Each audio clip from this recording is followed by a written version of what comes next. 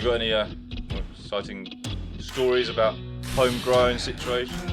My dog got really stoned one day and I took him to the vet and he said, is there any chance he could have been exposed to pot? And I went, as a matter of fact, yeah, I lost a half a joint and the dog had eaten it and he had no control. So he was just squirting everywhere his pee. And Brent thought he was having a stroke. We get him in the car, get him to the vet, and... What dog was he? Bentley, the dog we have now. Oh, sorry. I don't really know. What's He's Bentley look like? He's a shorty bulldog, so... Send me some photos. I'll show him. Yeah.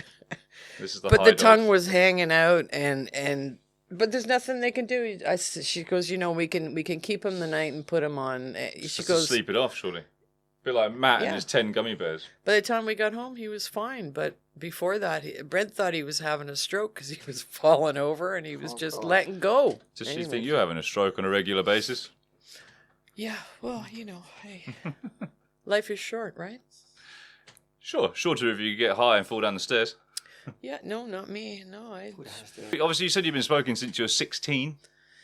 That's a fair amount of percentage of your life, let's say.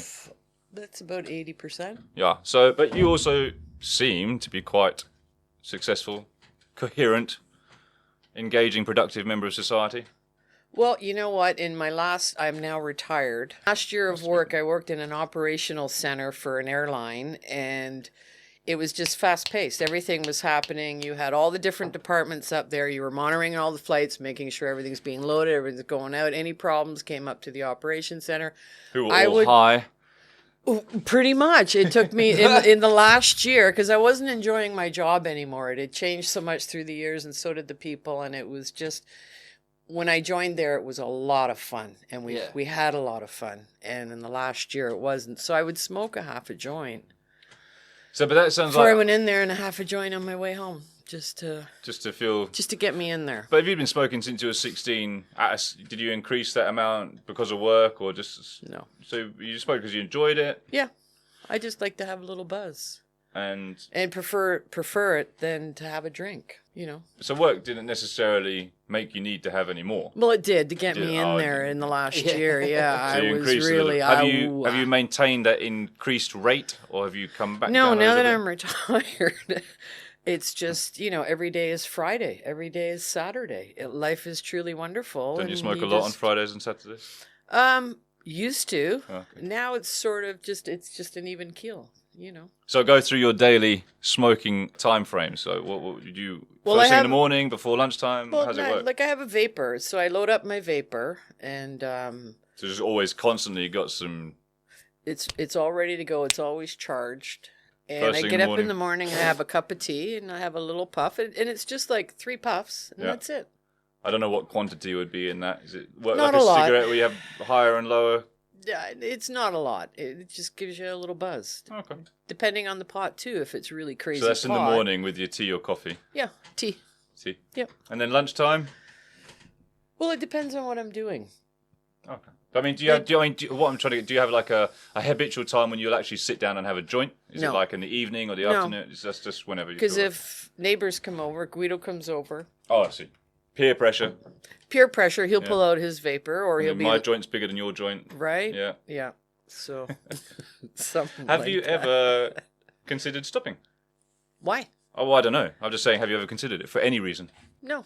There are obviously people would suggest that there are certain reasons to do it and to not do it. The only time I do it, smoking it with a joint, is when I travel abroad and it's illegal. You want to live life on the edge? Well, no, it's just because with the vapor, you're not getting the smoke in your lungs.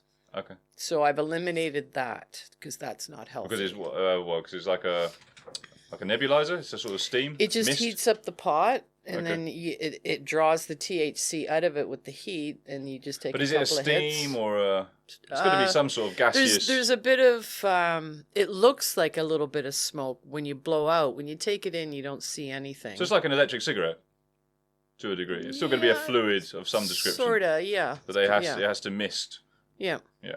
So I don't know if you can't just be the sort of. Well, it heats up, right? And it stays heated. Okay. And then it cooks it, and then you draw the THC. I would have assumed it was a mist of some description. So like. Whereas opposed to If you're smoking a joint, you're drawing in all that smoke. Yeah, or the gas. Where you're not doing that with the vapors. So. Do you also smoke normal cigarettes? I think you already know that I do. Yes. I just double checking. So you're not worried about any form of health benefits? I guess obviously you never had any health issues, so you're quite lucky in that respect. So far, so good. I mean, even if you've got some now, you know what? What's it gonna do? No regrets, right? As long as you seem like you've enjoyed your life. I have, and I don't think it's over yet, but, you know. No, I don't think it's over. No, I just mean like, no regrets. But some people might for the people out there that have slightly different opinions, I just got to think about everybody from both sides of it. But obviously, it's not affected you negatively in any way, has it? You had a very successful career. Yep. As far as I'm aware, anyway. I mean, I did. Yeah. Yep. Making sure the planes landed safely, which someone would say you probably shouldn't be high for. The pilots did that. Oh yeah. Not me. No, it's just like we ran Toronto Airport basically, and there was quite a few flights every day. It was like 170. Did you do that flights. all of your working life, airports? No, I kind of floated around in my younger years, and I was just like. Kind of lost. I didn't know what I wanted to do. Might that have been because you were stoned a lot of the time? It could have been. Okay. No, I was a private investigator for about 6 months. Were you? Yes, it was very boring though. It's all surveillance. So you sit there and you're waiting for something to happen. Yeah. And then when something finally happens, you're not even ready. And back then, you had a camera. Gotta put your joint down. Well, no, I didn't. Come on, Donald. Give me more credit than that. Then I worked in the garment district in Toronto. This place made quilts. I thought you were going to say you were a mannequin. Well, it could have been. Yeah. Sorry, I was in charge of a big machine that made all the stitching in the. Okay. Until I broke the needle, which was worth something like $8,000, and I got fired. I lasted 4 days. It wasn't bad. It could have been worse, 3 days. But no, I was a bicycle courier in Toronto, and I was in really good shape in my first day. Bay Street and Yonge Street. Yonge Street's the longest street in the whole world. Did you know that? I did not know that. Okay, Yonge Street is. So Bay Street and Yonge Street is like a gradual, if you're at the lake, it's a gradual climb up. And if you're going south, obviously it's a gradual going down. Stands to reason, yes. So I'm on Bay Street, which was like the financial street in Toronto, and it ran the same way as Yonge. So I was going down and you're picking up speed, and there was this bicycle courier in front of me, and I thought, I can catch up to her. I can beat her. And we're just wailing it, and I get like about 5 feet away from her, and somebody in a car opened up the door in the back. She flew over it. She hit both newspaper boxes. Her glasses went sideways, and she got up and she said, "That's the third fucking time today this has happened." And I thought, you need to pay attention to where you're going. I'm not racing anymore.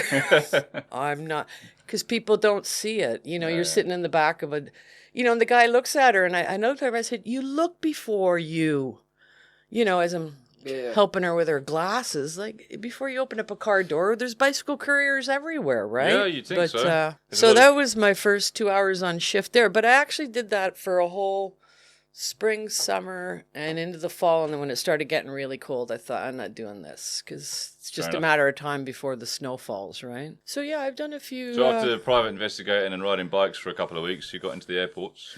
No, I worked as a DJ. Yeah, that fits with the weed a bit more. Hang on a bit. So there was a strip club with male strippers. It was the first venue ever in Toronto, and it was down on Queen Street. So it was a Of course female, it was on Queen Street. It was a female strip place, and then it turned into men's. So all the women, we'd all go on it because somebody was either getting married, getting engaged, so that was the venue to go to. So you'd watch the male strippers, and the women would just be crazy. And we were sitting there one night, and it was like you couldn't even get a drink. And we're all willing to spend our money, and and we got a hold of the manager, and it's just like, you're losing so much money here because we're all thirsty. Yeah.